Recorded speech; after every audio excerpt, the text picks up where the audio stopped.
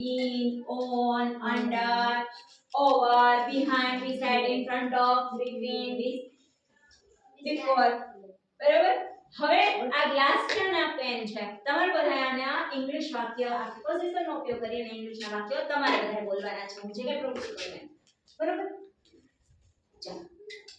A pen is in the glass. A pen is on the glass. A pen is under the glass. A pen is over the glass. A pen is below the glass. A pen is behind the glass. Pen is behind the glass. A pen is beside the glass. Pen is beside the glass. હજુ એક વાર. A pen is into the glass. Pen is into the Glass. સરસ. A glass is between the pen and paper.